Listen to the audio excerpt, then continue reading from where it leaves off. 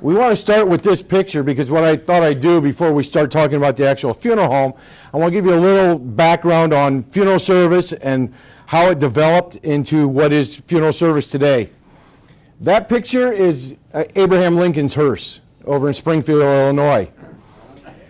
Funeral service really developed because of the Civil War and Abraham Lincoln's funeral. For the first time in our history, the Civil War, people were away from home and dying. And in those days, they might have 4,000 or 5,000 gentlemen die on a battlefield. And it was the job of the winning party to bury the dead. So if the North won, they buried their dead one way, and then they took care of the South, and they might put some dirt over them or some rocks, or they might just dig a mass grave. They tried back then to identify who they were and mark the graves. But the people in the North despised the South so much they did not want their sons buried under that South soil. So they hired undertakers. And undertakers would go out to the battlefields and retrieve these bodies.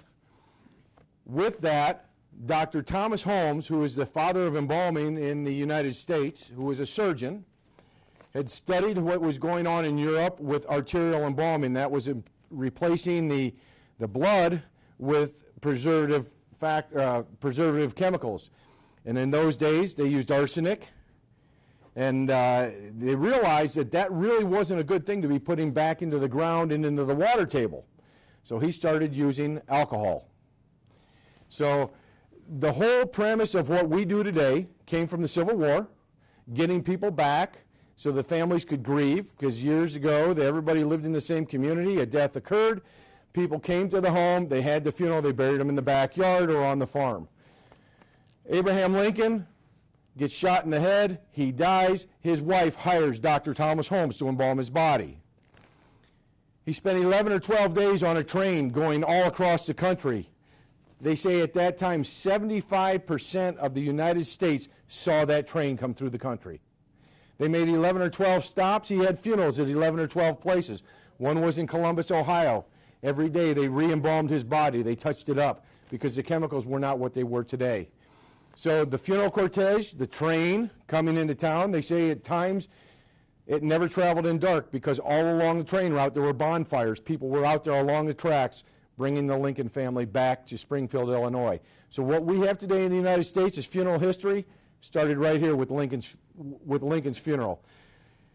It was 150 years ago, last year, that Lincoln was shot and died. There was a funeral director in Springfield, Illinois, who commissioned to have a replica of the hearse made because the hearse actually got burned in a fire. He brought in wounded warriors. He brought in all kinds of soldiers with different trades, and they actually remade the hearse from, all they had were medallions that were right here. They had 1 or 2 medallions left from the entire hearse, and they scaled this whole thing out. They said when the hearse actually stepped off with the horses, the 6 horses pulling it had a hard time.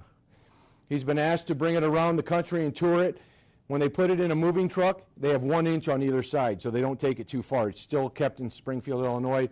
Volunteer hours and all the money that went into it, they spent about $50,000 rebuilding this hearse. It's massive. Lincoln was a big man, so the hearse was huge. The original catafalque that he was placed on in Washington, D.C. resides in the Capitol building, tucked in a corner that is visible for anybody to see, but nobody really knows it's there. It's the same catafalque that was used for John Kennedy and Harry S. Truman. And if a president died they had services in D.C., they would bring that same catafalque out. It was made from scabbard pine board. They put it together in a hurry, and it still exists today. So I think that is really kind of a neat thing to know, that history's there, and that's where our whole funeral services come from. In the back, you will see a Civil War surgeon's kit that I found at the funeral home. It was made in Cleveland, Ohio in the 1880 to 1897. They produced them.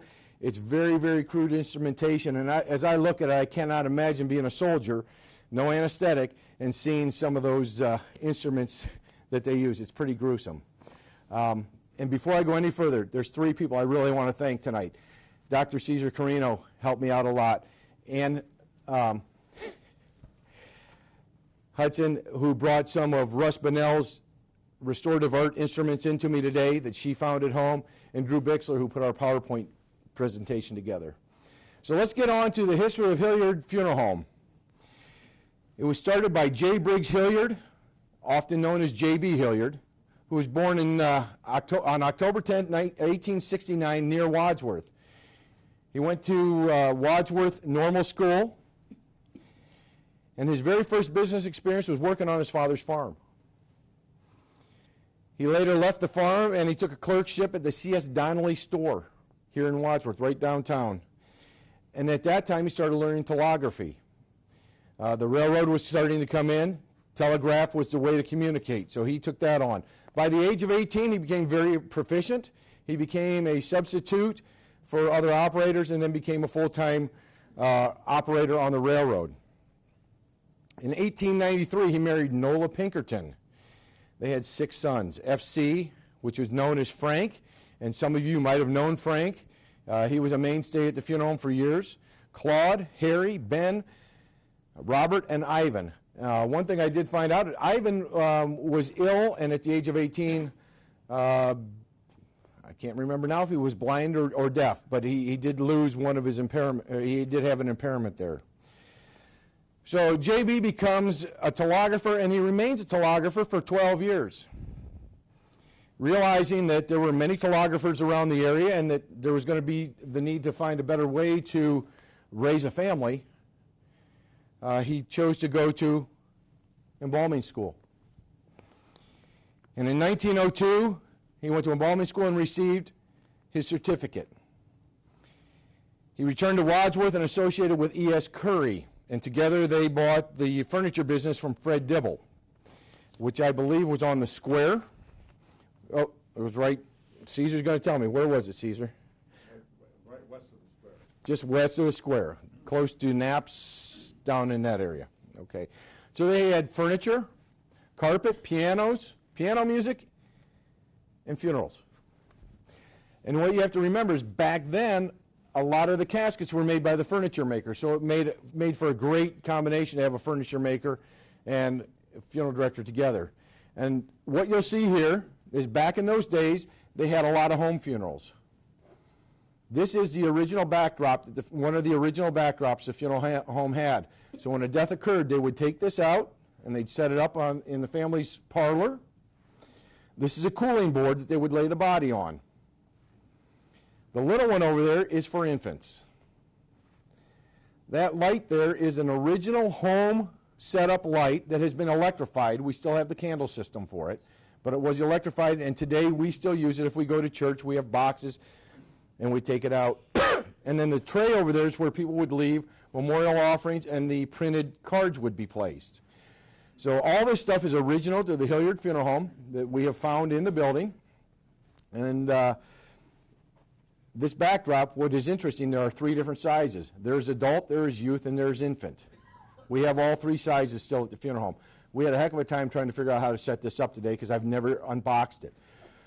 Every one of these pieces has a special box, and every piece fits in that box. That light comes apart in 3 pieces. They all fit into a box in a certain way.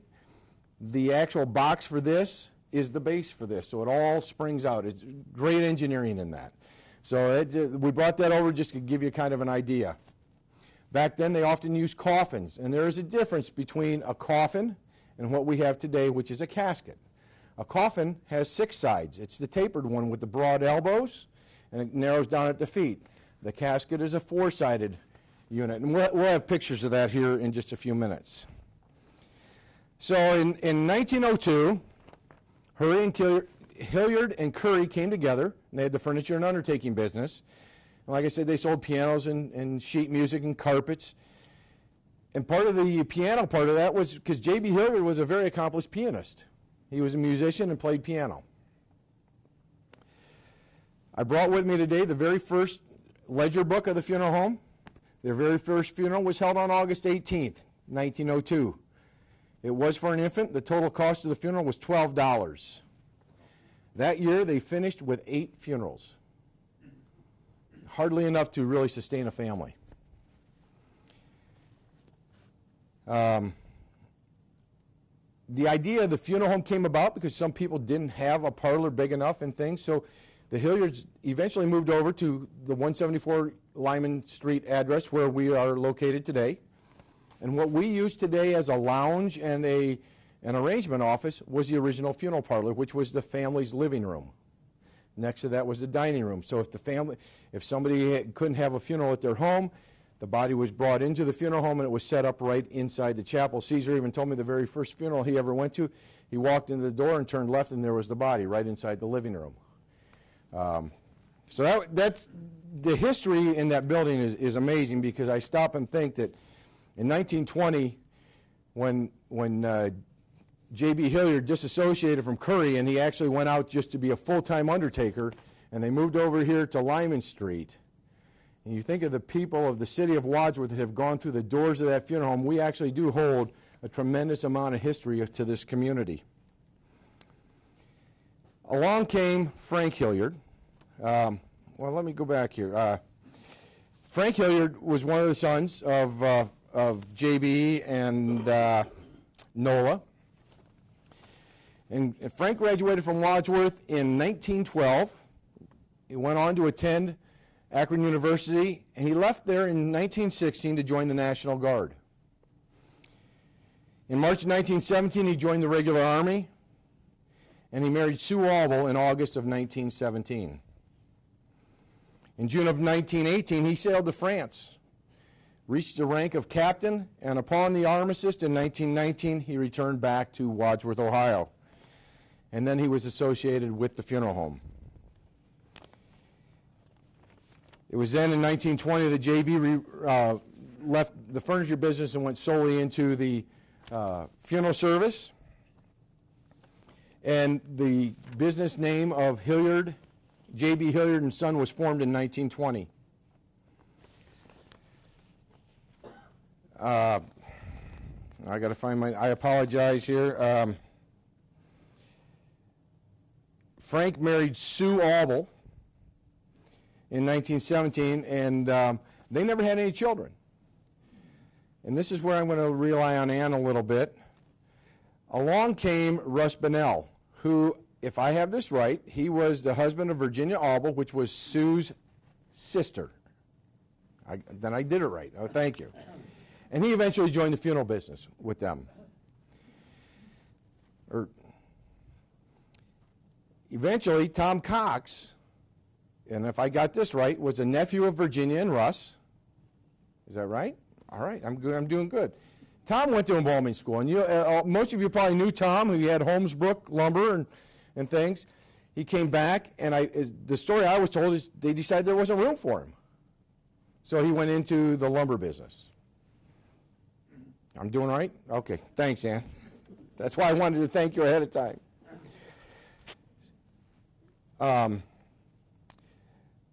Sue Hilliard passed away on June 27, 1958, and at some point Frank remarried to Margaret, and I didn't find Margaret's maiden name.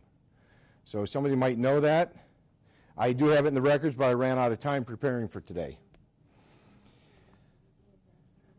Okay.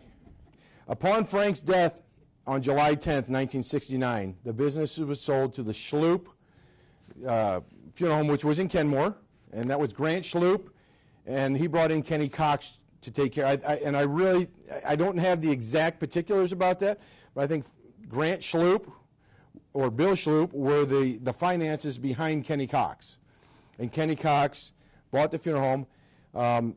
At some point, Frank put an addition on the back, and then Kenny came along in 1969, 1970. They bought the funeral home, and they put what is now our chapel. They bought the house next door and put the chapel on, the large chapel. And so we are fortunate that Kenny had the foresight to realize what was going to go on with funeral service and how funerals were going to get bigger, and that more people would be coming to the funeral home instead of their homes. Kenny and Lucille Cox operated the funeral home until about 1975, is the closest I can narrow that down, when they sold it to a young man from Cleveland, Ohio. That was Tom Mullaney. Tom's dad had owned a funeral home on Miles Avenue, and Tom and his dad probably shouldn't operate a business together, so Tom left and came to Wadsworth, Ohio. April 11th, which the anniversary was 2 days ago, 2006, my wife and I bought the funeral home. So we are celebrating our 10th anniversary in 2 days today, which is hard for us to believe. I know of one other woman funeral director the funeral home's ever had. My wife is the only female funeral director and embalmer that the funeral home has ever had. We are probably the only husband and wife combination to own and operate, and we can do each other's job all day long. So that's kind of the history of the funeral home. I'm sure this is a little shorter than most, but it's a long history. What went on years ago would be difficult to do today because of taking all this equipment out to the homes. Chairs went out to the home. The funeral home also operated the ambulance service for many, many years. And it was in Tom's reign that the city finally took over the entire ambulance operation. But I think you said it was in the 60s that somebody went to the city and said, listen, we want a contract for $10,000 to operate the ambulance business here in town. And the city thought that was an exorbitant amount, so the city formed their first EMT group, and that's how the city got into running ambulance and EMTs. If you look back, that was probably a heck of a deal, because the average ambulance run today is going to be $600 to $900, and back then it was $10,000 for the year to cover everything. Fortunately, we do not run the ambulance business anymore because as the city has grown, the business has grown. As I said, in 1902, they did 8 funerals. Last year, we averaged somewhere between 160 to 180 funerals a year. So you couldn't do all those other things that go on and still have it. There have been other funeral homes that have been in town. The Bixler Funeral Home was on Highland Avenue for many years. I know Joe Cirillo came and opened a funeral home, which is now the Salvation Army. We have Cox on the north end, of which Belinda and I were the original partners of that back in 1992 when that building came to town. And then we have Roberts out on the south end. So there is room for all of us. And what I guess I'd like to do now is see what questions you have. This here is Frank Hilliard. Is this looping, Drew? Because I'm not sure how it's rolling here. Oh, you're clicking? Okay. So what we have here is I have a little collection of antique cars. So this here would have probably brought us close up to 1920. That hearse right there would be a replica of an 1890s to early 1900 hearse. And then that was the first horseless hearse. And believe it or not, there used to be one sitting up in a barn on Reimer Road. And in 1992, I had an opportunity to purchase it, but they wanted $30,000 for it. This would have been all hand-carved wood. Beautiful, beautiful vehicles. But who had that kind of money back then to buy an old car? So, again, they took the wood panels out, put glass in. 1937. I believe so. From what Caesar told me, the Hilliards always ran Cadillacs. There is the story that years ago, there were 2 funeral homes in town. One buried the Republicans, one buried the Democrats. Now, we did have a little discrepancy because Caesar did tell me that the Hilliards were staunch Republicans. The history book that I found said that the Hilliards were strong Democrats. And? Anybody else know? Okay, I'm not getting political. There's your 1951 vintage. If you notice, they had the side opener. Now this is a drop-down opening car. This is 1970, but that's more custom to what we have today. Just to give you an idea of what a new hearse would cost if we were to purchase one today, $120,000, and you still have to pay luxury tax. So I don't figure that one out, why it's a luxury car, but it is. You're sitting between $110,000 and $120,000. Ruby. My cousin has his garage down north of Rittman. Really? Yeah. Well, I think we need to bring it up and put it at the funeral home. Let's get it up here. I can't believe what that's worth. Oh, it'd be unbelievable amounts of money. Right. So you'll see here, old coffin, 6-sided, 4-sided casket that we use today. Yeah. Why did you call that a cool bench here? They call that a cooling table because there was actually a quilt that went over it, and when we opened this up today, it was still in there, but it was pretty rotted. But it is canvas, and cool air could circulate underneath it and keep the body from going bad. So that's why they call it a cooling board. Okay? So there you go. You got your 6 and your 4-sided caskets. Questions? Yes? What was the house? It was on the Frank Hilliard picture. There was that double house. Can you go back to that picture of the house, the original funeral home? This is pretty cool. The funeral home, the house that is there, that was there back then, is still there. They added the front to it, and if we tore off the front wall in our hallway, behind it is still the stone, and the doors are still there. I was talking about the next picture. The one where you showed Frank Hilliard was like a big white duck. Right there. Yes. That one there, we have no idea. We have no idea what that is, but it was with the history stuff that we had when we acquired the funeral home. Can you go back to the, before they put the additions on, Drew? Okay, so this picture right here. As you see this, this is still there. They've put a front on and then closed it. The main door was right there, and that is still there. You can still look out and see the dormers. On this wing is where the new chapel is. Right here is right here is where the actual main chapel starts. When they built the new addition on, they put a 16-inch border all the way around it. There's actually a 16-inch gap between this house and what is the chapel, and that's all on slab.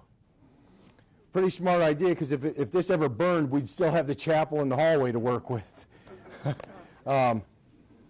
So if you were to drive by, you'd still see the dormers.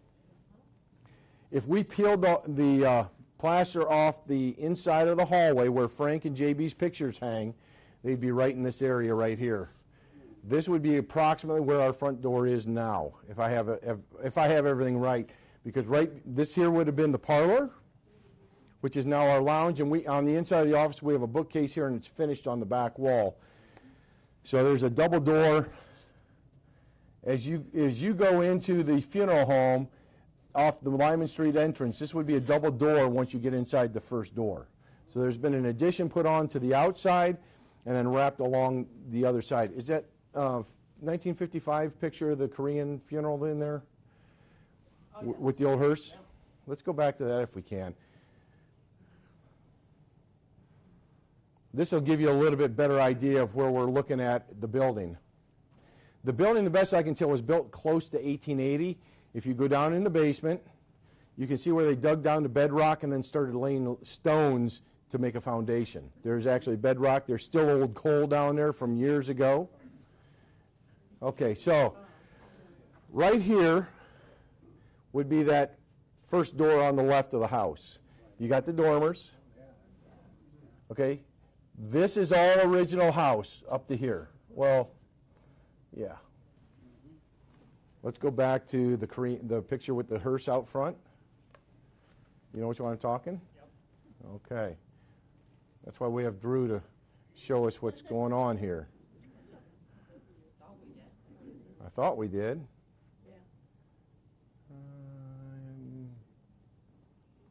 Nope, don't see it. That's okay. I do have it. All right, look at this.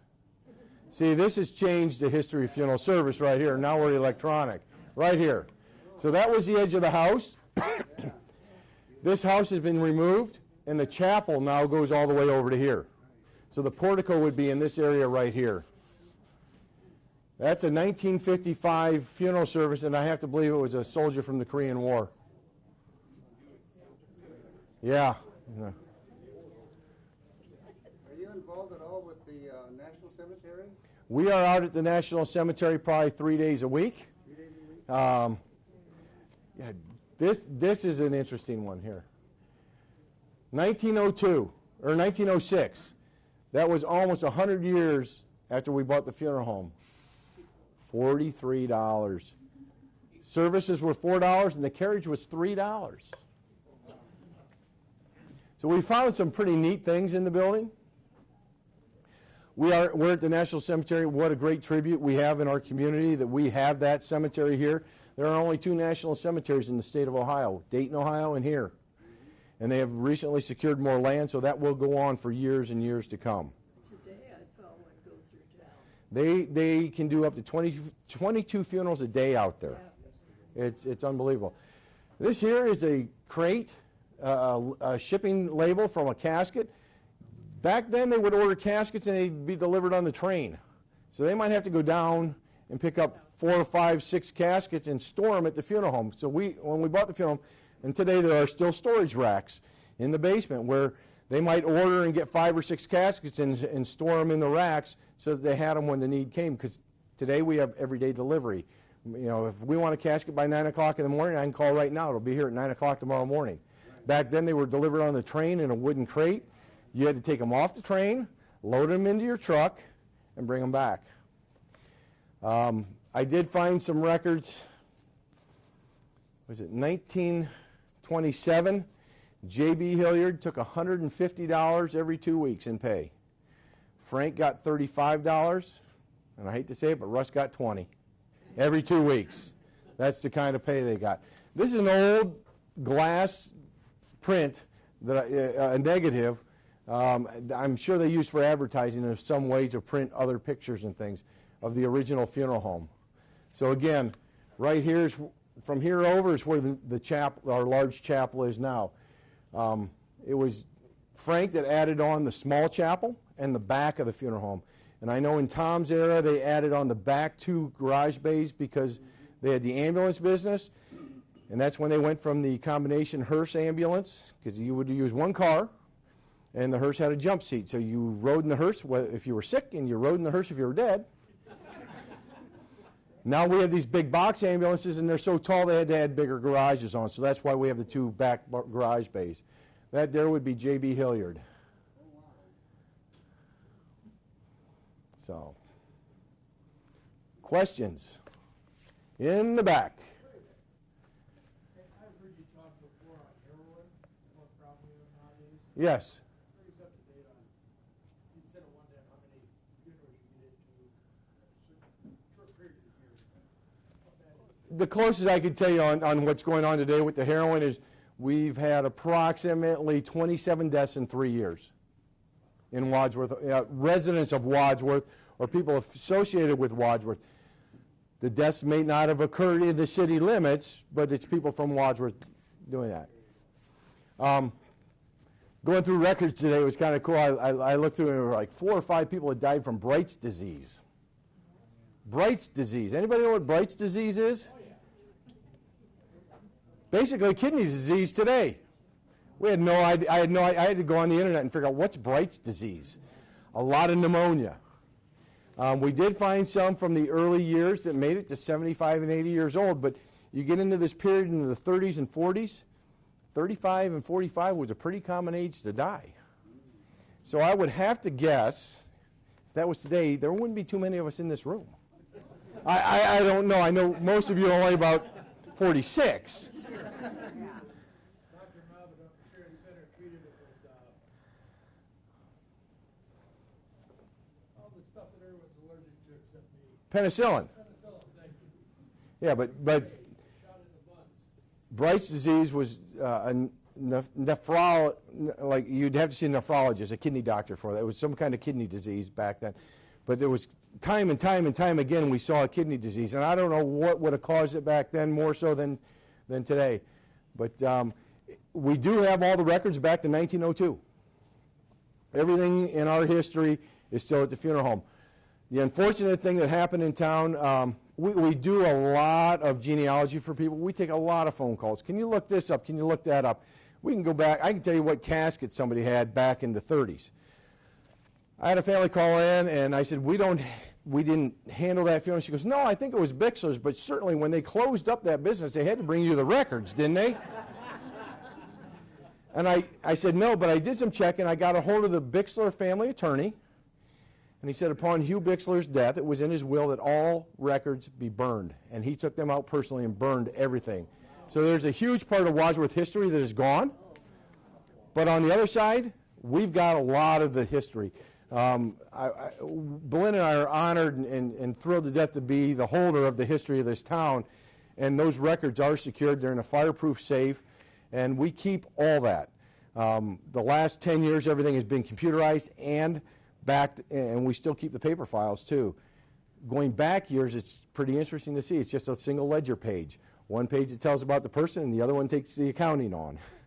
So, you know, we do have quite a bit of records. It tells who was married to who and how, you know, who the parents were and things like that. So if you ever do have a desire to look back at family history and genealogy, we've got it there. It takes us a little while to look it up because the way they kept records back then is really bizarre compared to the way we do it today. Yes, sir. The library was doing a chronicle of all the obituaries in Wadsworth. Is that complete? I have no idea on that, about what the library's been doing. I know that Joe Arpad is fantastic about when there's a death of a Wadsworth grad about coming down here and getting information. He'll look at the old annuals, the yearbooks, and he'll put those out. And we send, anytime we have a Wadsworth grad, we send that right off to the Alumni Association, and they're fantastic about publishing current picture, obituaries, and then yearbook pictures. But it's I talked to a volunteer one day, and she was chronicling all those from the local newspaper. and that's great. That is the history of this town. And that's why I'm so proud and honored that we actually have the ability to help hold that together between us and the cemetery. That is the history of this community. That's what we have to hold on to. So that's what made this history, this community. So, other questions? They told me I only have 4 hours, so I'll start making some stuff up. Yes, sir. I want to think one of Frank's brothers lived in a house next to it. I don't know if that. Okay. We got verification from a family member right here that said yes, he did. Okay. So. I know that was my uncle. I lived in an apartment house on Boyer Street. Okay. I used to take back posts Okay, it's the parking lot. down there, and Okay. I rolled it going around the turn down there. Well, and, you know, it's kind of funny as you look at how the funeral home has evolved, and we think at times we have a lot of parking, but we really don't. But when you think back to the 50s and the 60s, each family had one car. If you went to the funeral home, we'd have 5 or 6 people appear in a car. Today, husband drives a car, wife drives a car, the kid brings a car. Now, you just can't have enough parking. We're working on some ideas for that. Fortunately, we work out with First Christian quite a bit. They use our lot, we use their lot. So it is a good resource there. So fortunately, that works out. But as time evolves, it's just amazing how it's changed. You know, they used to do a lot of embalming in the homes. And back then, they didn't have electricity. So embalmers would take it looked like an IV bottle. It was a glass IV bottle, and they had a pole. And the higher you raise that pole, the more pressure that would help force the blood out. And they would capture it in a bucket. And I know this sounds terrible, and there are still parts of the Amish sect. The Schwartzentruber family still has a local funeral home that goes out and does the embalming in their home without electricity. And they capture everything in a bucket, and they go slop it in the fields. So the original funeral homes would have in their embalming room, it might be an 8 or 10 foot ceiling, but there would be a cutout. So they could raise that pole higher and higher to get more pressure to push the blood clots out, because when somebody dies, their blood starts to coagulate right away. So the technology has changed. The chemicals have changed. There's no more arsenic. We use very little formaldehyde now. We use glutaraldehyde, which is a better chemical on the system, or on the operator and on our ecology. We use very advanced machines today that help pump embalming fluid through a body, and it's much more sanitary than it ever was. So. How long can a body last on this way? I mean, you see the. Very good question. They put them up for weeks at a time. The longest we've ever held anybody since Belinda and I have owned the funeral home is 3 months. 3 months. I opened the casket after 3 months, and the lady looked just like the day we closed it. I have pictures of a gentleman who was buried in Pennsylvania. And it's kind of a long story, but he came from Italy to set up housekeeping. While he was here, he died. His wife, who was pregnant when he left, never got to have a funeral service for him. 25 years later, his son becomes a priest, the son that she was pregnant with when he died. The son comes to Pennsylvania to get Dad's bones, because in Italy they do not embalm. They place him in a wooden casket, you put him in a grave, and everything disintegrates. They exhumed his body. We actually have photographs of him 25 years later, the son standing right next to the casket as they open it up. Father and son look identical. They were able to take Dad back to Italy and clean him up a little bit and have calling hours and a funeral for him so his wife could say goodbye and rebury him in Italy. We don't know. There's a lot of things that go on today. We got a lot of different disease. The medical profession pumps all kinds of crazy chemicals in. Our chemicals have to, we play a guessing game every day when we're embalming as to what did they die from, what chemicals are in their body, how are we going to address it. So do we really know? No. But that's one case. I actually have photographs of a guy that was dug up after 25 years. When I was in Italy, we got to go through some of the old cemeteries, and they actually had pictures of people compared to the mother, father, son, daughters right on the tombstones. There is a thing going on out, and I always say, is anybody from California? Good. It's a land of fruits and nuts as far as I'm concerned. But some of the nuts out there now have those QRC codes. Is that what they're called, Drew? The goofy codes, the little square codes. And you go up to their marker, and you can put it on your phone, and they talk to you. They've pre-recorded it. And there's a message from them with their picture, and it talks. So that's a big thing out west. I don't know if it'll ever make it to Ohio. I think it's kind of crazy, but some of those things are going on. Home funerals are starting to come back. There are certain people that want to go back to the home funeral, and we actually have prearrangements for a home funeral. Somebody contacted us, said, would you really do this? And we said, yes, we will do it, and we are going to perform a home funeral someday. And so everything changes. It's an ever-developing industry. As much as we think it's very historical and ritualistic and ceremonial, you never know what's coming in the door. And that's not in a bad way, but we do get some very different requests. And we're here to honor everybody's requests. We're not here judging it. We will do it if it's legal, if it's ethical, and if it's moral. Certainly is. Belinda, what was that date that we saw that somebody was cremated? 1945? 1969. Okay. That was pretty early on in the cremation era. I will tell you 10 years ago, the average cremation rate here in Wadsworth, Ohio was 19%. Today, the average cremation rate is 49%. We still do a lot of calling hours, funeral, and then cremate versus direct disposal. Funeral directors did everybody a big disservice years ago when people came in and said cremation. They thought the family didn't want anything. That's not necessarily true. The family might have wanted a service, but it was never offered to them. So we've opened up our eyes and said, okay, cremation is just another form of final disposition. So we're trying to, encompass everybody's wishes and desires.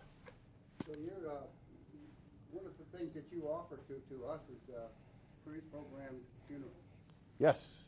So we can go in and select all of the things. That is probably one of the busier parts of our day, is doing prearrangements. People come in, they give us all the information about them, they select everything and make it a whole lot easier for their kids or the rest of their family. Belinda, you were going to say? Oh. Matter of fact, that dovetails right into. Next Wednesday, we are having at the Event Center. And that's another thing we've done to help move things into the next thing, the next part of funeral service. a lot of people don't have churches anymore, or they don't go to church, or their church doesn't do after funeral dinner. So we added on the event center, or the old AAA building. Next Wednesday at 11:30, right? Okay. We are doing a seminar. Come over and have lunch and hear all about prearrangements. Belinda's going to talk on that one. So, What did they do down in Nashville, Tennessee? in Nashville, Tennessee, they play guitars and mandolins and steel guitars, and they sing. I'm still upset about that. My son died down there. He lived in Memphis, Tennessee. Really? And about a year ago, wasn't it? Yeah, about a year ago. Okay. And I still don't know what they did. I- They took his wife, took his body to, and I'm sure it was Nashville, Did she take him to the body farm? or to be examined to see if there's any way they can help other people. Okay. There is at the University of Tennessee, there's a place called the Body Farm. They have this area where you can donate your body, and they put bodies in different situations, outdoors, under metal, in different things, and see how it decomposes for forensic studies. So a lot of people do, in that area, have their bodies go to the Body Farm. Makes me feel better, but because I didn't know what they did. That might be that's probably a good chance of what they did there is he was donated to the Body Farm for research to help forensics on other cases down the road. They look at decomposition and different weather factors, and but they have this whole huge area that's fenced off, and it's called they call it the Body Farm. And then I have just lost more sleep over this because I just didn't know what they did, you know. that might be what they, I don't know, but His wife told me, she said, I even have her recording on my TV, or on my telephone, I've kept it. And she said, Mother, we did what we thought he would want done. okay. He had a heart problem, he had a hole in his heart from way back years ago. And I didn't even know all that. Well, he might have been donated to the University of Tennessee Medical School, where they do anatomical studies, and doctors learn from doing that.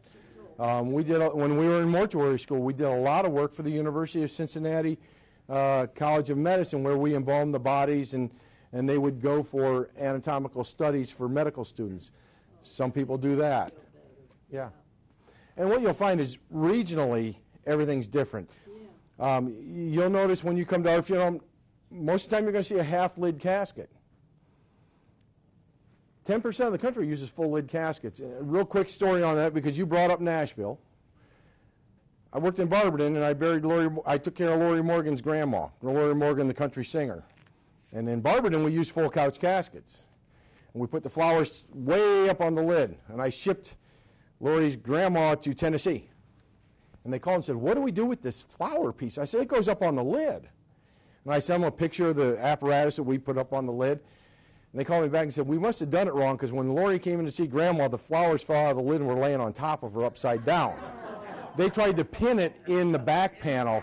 We put it way up on the top. Okay, they're not used to it because only 10% of the country uses the full lid caskets. The Amish, their caskets are peaked and the lid folds backwards. And they're very simple. It's usually poplar or pine with a cherry stain on it and a muslin interior in it. I have a friend that has a funeral home down in Mount Eaton. He will pick up the Amish deceased, he will embalm them, and then transport them back out to the house for the family, and then he's done. And they bury them themselves. Where do they bury them? Some of them bury on their own farms, and there are Amish cemeteries way back out in there. Yeah, they hand dig it. And we go to West Virginia quite a bit. A lot of people from this area are from West Virginia. It's a very big tradition in West Virginia. The family goes out and digs the grave.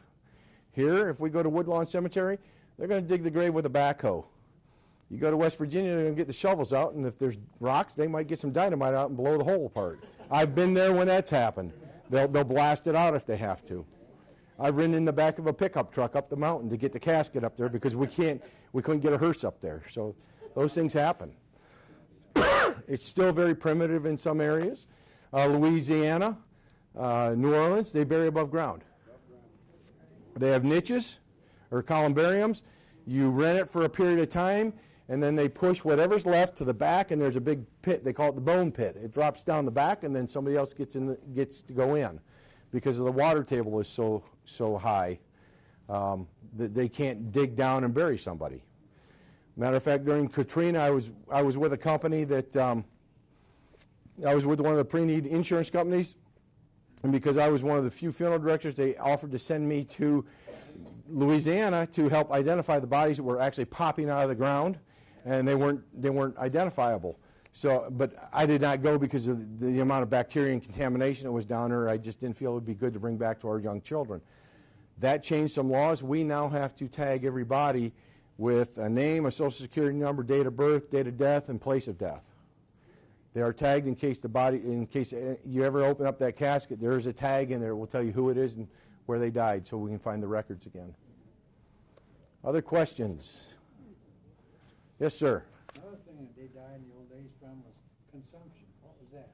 I have no idea, unless it was somebody like me that ate a lot. Tuberculosis was a big thing back then. Pneumonia is huge. As you go through the books, lots and lots and lots of pneumonia. We saw cholera in the books. But the very first few years of the funeral home history is there, and it lists names and it will give you causes of death. It's quite interesting to look at. Yes, sir. If someone does donate their body to a medical school, do you have any role? No. What happens is the school, well, we could have role, depending on the school. Some of the schools will contract with us to transport the body to the school because they want the body unembalmed immediately, as soon as we can get it to them. Their general rule of thumb is they will do whatever they're going to do, and they will return the cremated, then when they're done with everything, they cremate the body. They return the cremated remains back to the family, and then we will assist them in burial. We can still have a memorial service, whatever, without the body, but we are not to embalm the body. We might pick it, say it happened at Alder Care at 2 in the morning. They might call and say, hey, can you go over there and pick the body up and we'll come get it from you later? Or can you get it and then bring it up to Case Western Reserve immediately? We will do that, but the school takes care of the death. They take care of everything. We might assist the family in placing an obituary or something, but we really don't handle the body a whole lot at that point. They are going to be, if you are a donation to a medical school, you will be cremated eventually, yes. Can you tell us a little bit about where you and your wife were born and lived and raised, what you did before walking to school, etc.?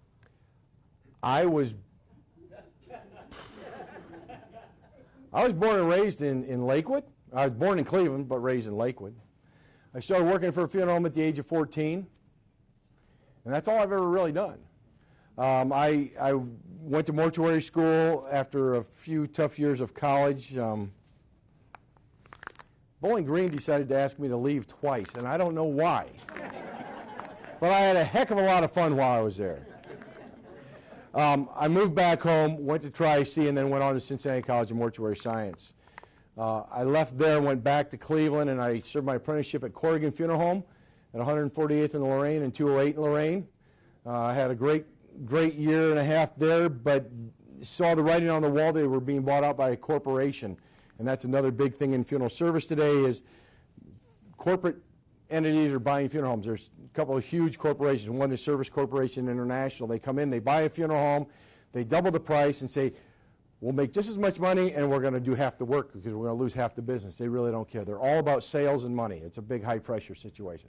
So that was happening, and I applied for a job at Campfield, Hickman, and Barberton, and I went there for 4 years, left there, and we started the funeral home up here. That didn't work quite the way I wanted it to, and I took a job with Reed Funeral Home in Canton, Ohio, which was kind of a unique situation. I went there just to do pre-arrangements.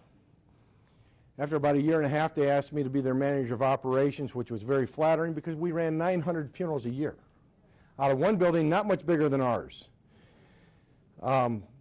Spent 10 years there. It was absolute organized chaos. It was probably the best education in funeral service I could have ever gotten. I mean, I literally saw thousands of bodies, saw thousands of families, met all kinds of fantastic people.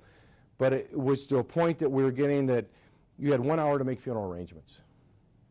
You can't do the job right. I like people too much to try and rush through, and if somebody started telling a story, then it was, nope, sorry, we got to get back on track. So that happened. I left there. There were some changes going on within the family, and I decided I didn't want to be around for those changes, and I took a job with Homesteaders Life Insurance Company, which is one of the premier insurance companies that funds prearranged funerals. And it was a great opportunity because I called on all of Northeast Ohio, from Steubenville to Millersburg, up to Lorraine, to the PA border across the lake. I was there about 2-3 months when Mr. Mulaney approached Belinda at the gas station and said, hey, I'm thinking about retiring. Would you guys want to buy it? So I stayed with Homesteaders for 3 years as we negotiated. And the good thing about that is I saw what was working and what wasn't working in every funeral home in Northeast Ohio. I actually kind of became a consultant for them, and we've kind of taken a lot of different things from different places. This guy might do this great, and this guy does this great, and we've tried to consolidate it all here and tried to change the level of service we provide. Belinda grew up just south of Ohio. She joined the Air Force, left the Air Force to go to mortuary school. When I was at Corrigan serving my apprenticeship, one of the managers asked if I was getting married. I told him it was none of his darn business. And with that, I was told to get to the boss's office. Walked into the boss's office. He says, you got lippy with Jack? And I said, yeah, I did. It's none of his business if I'm getting married. And he goes, well, damn it. If you're getting married, I want to offer your fiancé a job because I don't want to lose you. So I think that was a Thursday night. He said, tell her to be in my office at 10 o'clock on Saturday morning. So she came up, and he hired her, and we served our apprenticeship together. For that whole year and a half we worked together, we made a grand total of $30,000 a year. Our minimum week was 48 hours. We had free housing because we answered the phones every night from 10 o'clock at night till 8 in the morning. And for extra money, I went out and picked up all the bodies that died during the night. And I got paid $35 for each trip I made because he was paying somebody else $65. And I went in and said, listen, you don't have a representative of your company doing it. I'll do it. I'll represent your company. I'll use your car. And I'll only charge you $35. It was a win-win. And so we had instant credibility. But I did not, neither one of us wanted to work for a corporate concern. I really am not a fan of corporate funeral homes because they're high pressure. They are putting quotas on. They're telling people, you got to buy this casket because of this. You got to buy this vault because of this. And that's not us. I think we've adopted the philosophy that all caskets have 4 sides, a top and a bottom. They all do exactly the same thing. The purpose of that casket is to house the body for calling hours and a funeral and deliver it to the cemetery safely. Once you get there,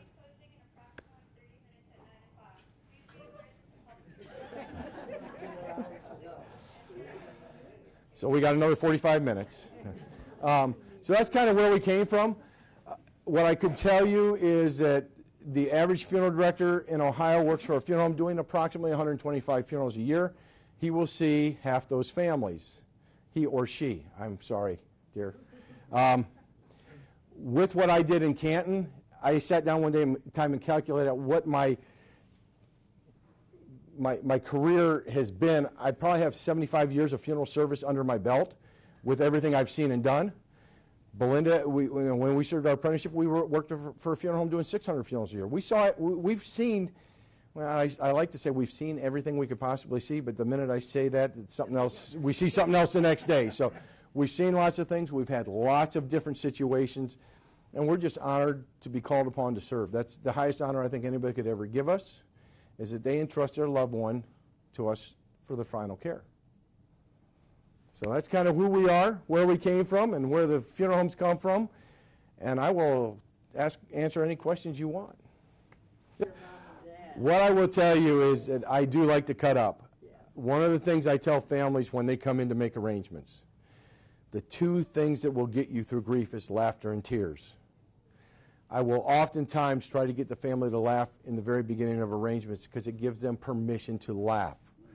Death is horrible. It rips your heart out. But it's okay to laugh.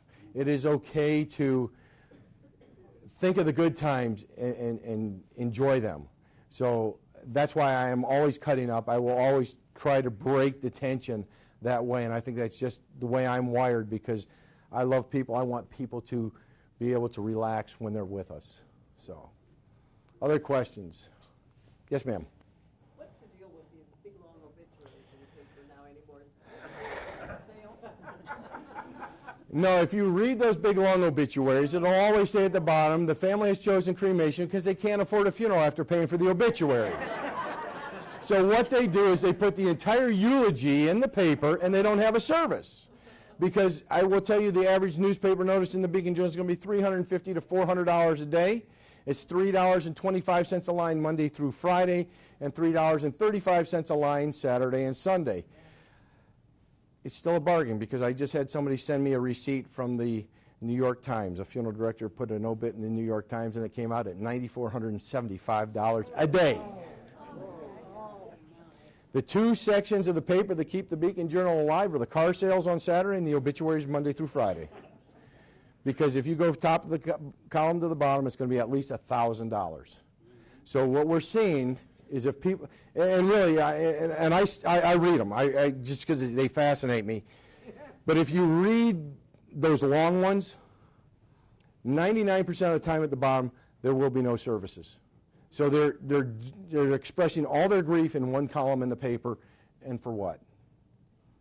So that's what's going on with that. A lot of times now we're telling families, hey, if you want, let's put in there when the calling hours and the funeral are going to be, and then say, go to Hilliard-Rospert.com for full obituary, and we run it there for free. And our website gets hit all the time. I mean, it's amazing the amount of hits that website gets, because as soon as we have a death and obituary, we usually try to get it on the website before it even hits the paper. So that's a good reference if you need to check on what's going on. So that's really what's going on. People aren't having services. They're spending all the money doing the obits. So, other questions? Well, thank you for having us in. Look at the stuff. We do have some little giveaways, nostalgic things. The old quickie coin purses, they're back there. Go ahead and get them.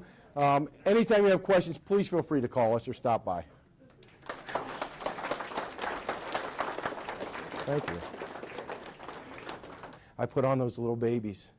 And I'm sorry, I choke up. Sometimes people don't think we're human. My heart gets ripped out every time we close a casket, folks. A part of me dies with every person of this community when they die. We're here to serve, but we are human, and we love what we do, and we're here to take care of things. So I apologize, I got choked up. That gets me every time.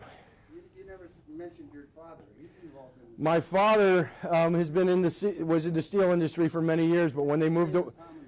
Well, I'm sorry about that. Kind of our right-hand man. My folks moved to Wadsworth a few years just before we bought the funeral home, and they've been with us all along. Yeah.